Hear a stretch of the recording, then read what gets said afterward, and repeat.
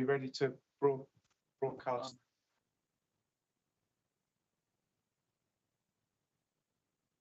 I'm recording. Very much. And on to item 1, the apologies. We've had apologies from Councillor Suttle and Councillor Beasley. Yeah. Minutes of the meeting held on the 29th of November. You all have a true and accurate record of the meeting?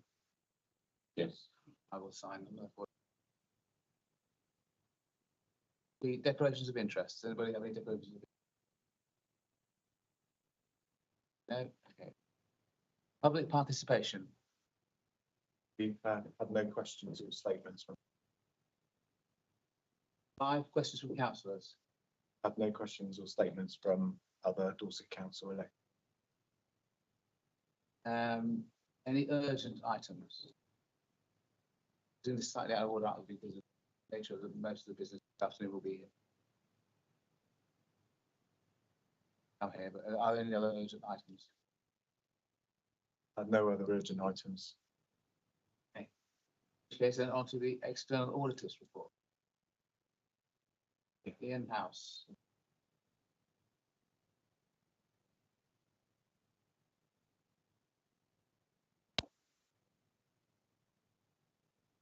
Ian, are you there? Good afternoon.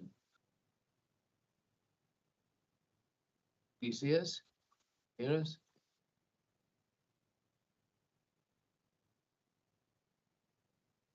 Yes, he's muted.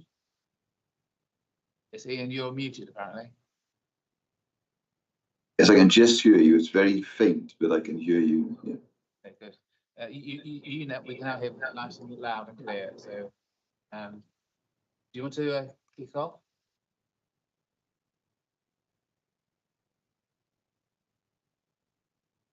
Did you hear that? Just about, yes. It's very faint. I don't know if others can hear you better. Well, you're very clear here. That's something at least. But if you wanted to make a start, see how it goes. I think he's struggling to hear you, Yes. Andy. Yeah. Do you want to go ahead? Is that to me, Chair? Sorry. Yes, Ian, can you make a start, please? Yeah, will do, indeed.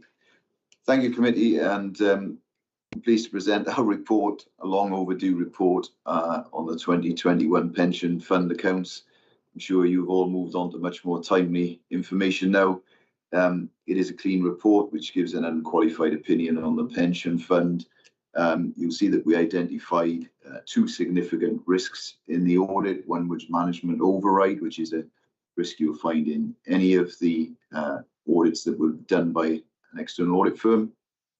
We also identified a significant risk around the valuation of directly held property assets, and we used our property specialist to help us review the valuation of those assets, and there were no real issues coming out of that work. There were a few recommendations made which are included in an appendix. Generally, the audit was very smooth and was completed actually a long time ago, just was awaiting completion of the council accounts audit because the 2 opinions are very much linked and you give them both at the same time. So the audit went very well and very appreciative of the cooperation we received from officers. Identified a few stale pricing adjustments which are unadjusted. You would expect this given that we do the audit sometime after the actual accounts are prepared, and therefore there is more up-to-date market information available at the time we do the audit.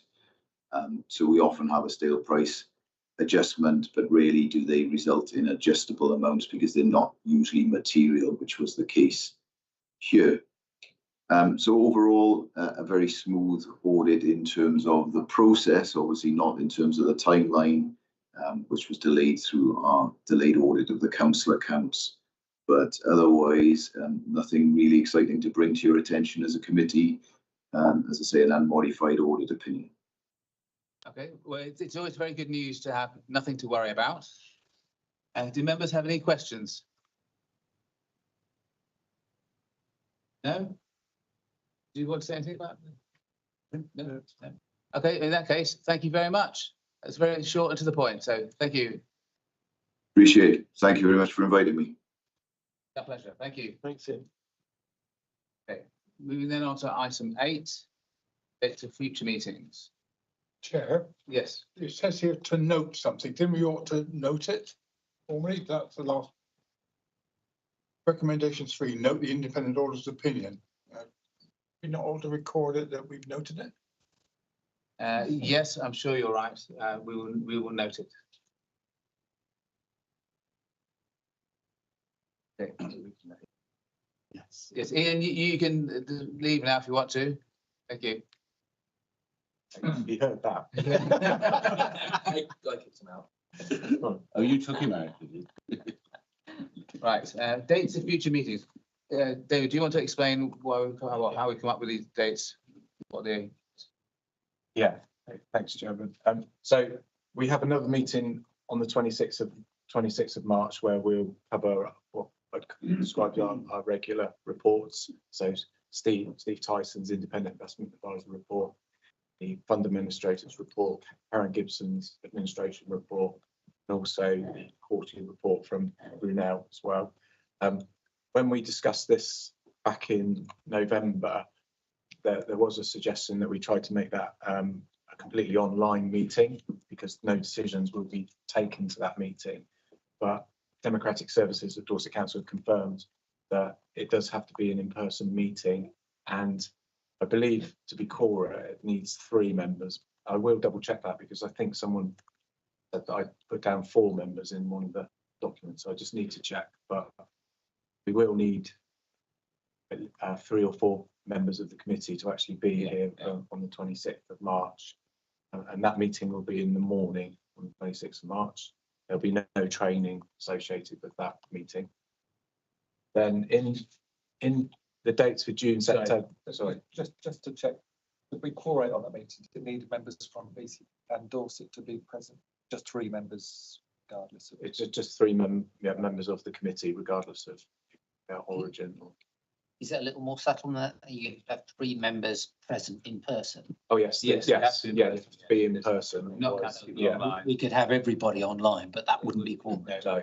Thank you. Yeah. Can I point out, it's page 1 of today's report, if you like. Page 1 says membership brackets quorum 4.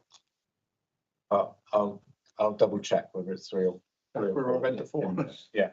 No, thank you for flagging that up, Councillor Legg. So that, Yes, right. Why are you worried about why are you worried that we're not going to? Like, isn't there an expectation that everybody will be coming like a normal? because when we discussed this back in November, we were trying to find a date where we could cover off the regular business and any decisions that needed to be made for the Dorset Council's pre-election period. Starts, I think, on the 11th of March. And what the committee agreed was to have 2 meetings, to have this meeting today to talk about any potentially contentious matters that may need a decision on, and then to have the subsequent meeting to for the regular quarterly reports. And one of the committee members suggested that our second meeting could be totally online because there would be no voting. But our Democratic Services colleagues have told us there's no legal basis now to have purely online meetings. So therefore, it needs to have 3 or 4 members of the committee to actually be here in person. And do they realise there's no voting? Democratic Services, because in BCP our attendance is noticed as attended, but you can't vote, and so I'm wondering whether they actually realise that there's no voting required. If there is no voting required. Well, I think they do, but I think that, yeah, just to be We will clear, double though, check. the meeting does need to be quorum. You need to be Physically present. yeah, and able to. Yeah. Vote could be called. Yes. Don't say. Yeah. Then David, sorry. does the pre-election period, there's some confusion because the official view is that it starts on, I think, the 27th, but the Dorset Council has called it on the 11th. Police and Crime Commissioners starts on the 27th, which is the same election as ours. And we were wondering why Dorset Council had chosen a date markedly earlier. Don't know offhand. No, Find maybe out, we yeah. can find That's the out. statement given, but you're right to make to double check. I read the preamble, which is published online, and I believe it's something to do with the amount of notice that Dorset Council wants to give. It wants to, but doesn't necessarily have. To. So it calls it earlier so that it's clearer for everyone. Yes, but it makes a lot of complications for members. It cuts nearly 2 weeks off your period when you can make statements. That's true, yes. I have noticed that already there seems to be a great tendency to cancel meetings. Yeah. Because people are anticipating that it's coming to the end of the day of this council, I think. So not quite as many going on as there would normally be, I think. Anyway, we will get this cleared up. It would be useful because if that one on the 26th did need to make a decision, Yes, might possibly be legally able to. yes. Absolutely. Thank you. Yeah, and then from June, September, November and March, you should all have those in your diaries. What we were planning on doing, I believe at the moment they're showing us in the mornings, those meetings. What we discussed previously was that what we would try to do is have a training event in the morning and then a committee meeting in the afternoon. So that's what we're suggesting that we do. The June meeting training at the moment, this is still, we haven't included this yet, but one of the options is that the June training is for any new members of the committee that are appointed to this committee after the results of the Dorset Council elections. Or we widen it so that it's a refresher on some of the basics for everyone. I don't think we need to make a decision on that here, but I think the main thing is just that I'm going to go back to Democratic Services and ask them to move meetings from June through to March 25 to the afternoon. Then we'll allocate training sessions in the morning. What day of the week are most of them on? I imagine they're probably Tuesdays, I guess. It's occasionally on a Wednesday, Yes. which clashes with other. Yeah. So I think predominantly they're Tuesdays, but I don't know off the top of my head, I'm afraid, Councillor. Yeah, I mean, we have to check for clashes with cabinet and all that sort of thing as well. Well, cabinet's always on a Tuesday. Yes. Yes. That's all. Tuesday morning. Yeah. So we have to, Wednesday morning. But we'll have more on that later.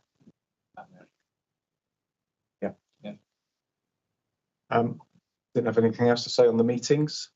So I think Is everybody happy with that? Okay. In which case, then we need somebody to move to going into exempt business, please. I'm happy to propose that we move into exempt business. Thank you very much. Someone second. Thank you very much. Okay,